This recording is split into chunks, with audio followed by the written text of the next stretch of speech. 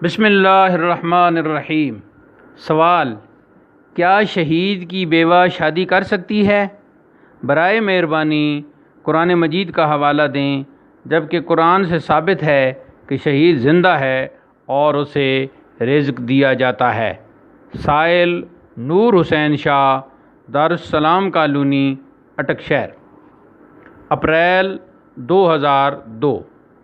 جواب: جی ہاں، شہید کی بیوہ عدت گزرنے کے بعد کسی دوسرے مرد کے ساتھ نکاح شادی کر سکتی ہے۔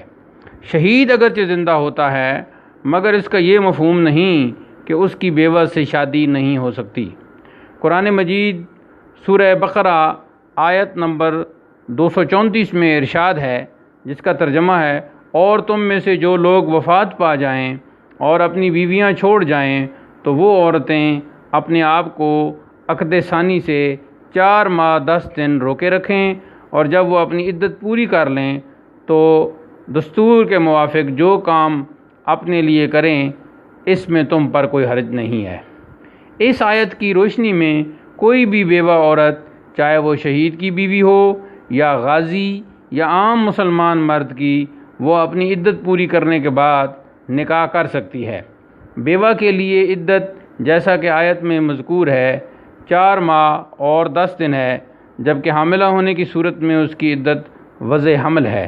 اس مسئلہ کو بالاختصار آپ یوں سمجھیں کہ شہداء اگرچہ زندہ ہیں لیکن دنیاوی احکام میں فوت شدہ کی طرح ہیں، لہٰذا ان کی بیوہ کے ساتھ نکاح بھی ہو سکے گا اور ان کی میراث بھی تقسیم ہوگی، بخلاف انبیاء علیہ السلام کے کہ وہ دنیاوی احکام میں بھی زندہ ہیں، ان کی حیات سب سے اعلیٰ و افضل ہے، لہٰذا ان کے وصال کے بعد ان کی میراث تقسیم نہیں کی جاتی۔